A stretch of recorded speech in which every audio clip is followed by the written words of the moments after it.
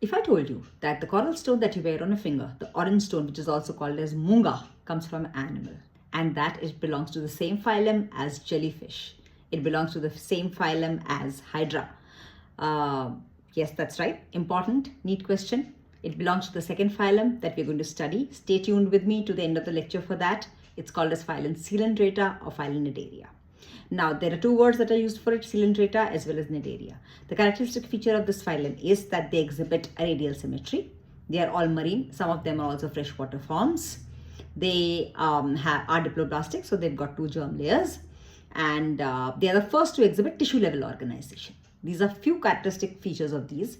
And yes, NTA NEET loves these questions. The coral reefs that you find all over the world, the Great Coral Reef of Australia, the coral reef which is found in Lakshadweep Islands of India.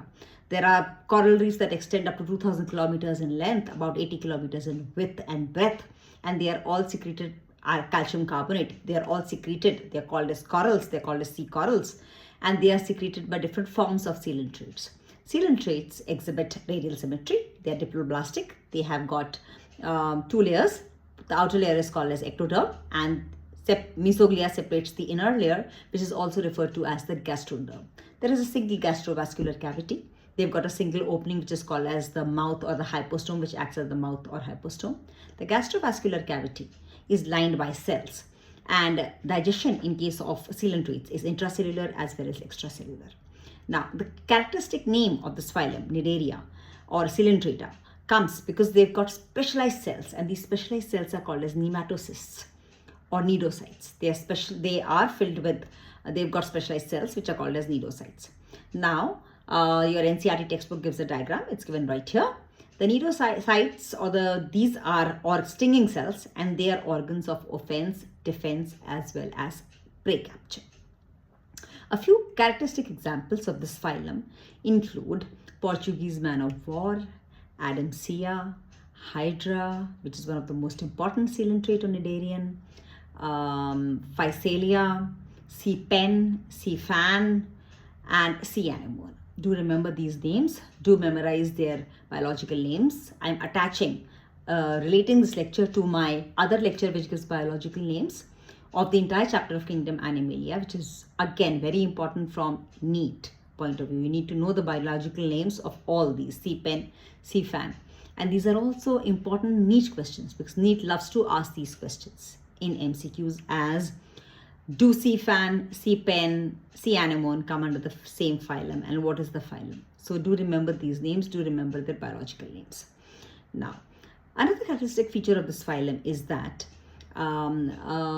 they've got a gastrovascular cavity, the inner cavity, and respiration and excretion. These both happen by diffusion through the body surface. Digestion happens through the gastrovascular cavity. There's a single opening which is called as the hypostome. The Hydra has got lined, is cylindrical in shape, and it is lined by tentacles, and it is the tentacles which are lined with the cnidocytes or the cnidoblast cells. A few of these exist. Now, these exhibit, for example, Obelia exhibits alternation of generation, and you should not confuse this alternation of generation with the alternation of generation shown in plants. In plants, the two generations exist in diploid and haploid forms, whereas the Cnidarians, which exhibit alternation of generation, the term that is used for this is called as metagenesis. In them, both the forms are diploid, but there are two different physical forms, morphologically distinct forms.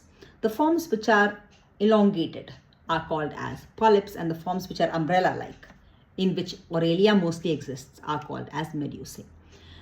Polyps give rise to medusae sexually, and medusae give rise to polyps asexually. So remember, there's this distinct difference between polyp as well as medusae. There is, in some of the forms, they also exhibit a third form, which could be a little distinct or different from the polyp and medusae form. They show tissue level of organization. I hope that is clear to everyone. Another feature is that they are distinct from poriferans in this way, in the sense that they do exhibit a little kind of nerve, some kind of a nervous system, which is very primitive in nature, a primitive nervous system. And statocyst is a sense organ which is present in them. Some of these, they also show some kind of exoskeleton, which is present in the form of calcium carbonate. And it is deposits of these calcium carbonate exoskeleton or depositions which come to be known as corals or coral reefs.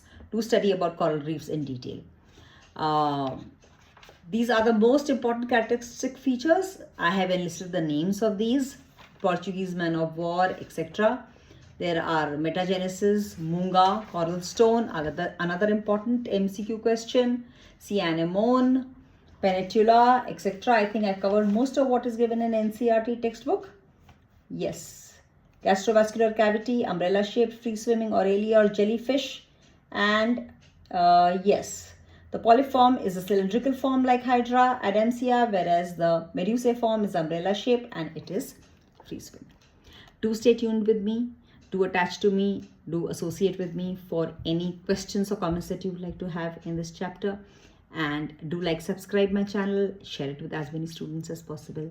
Thank you for staying with me.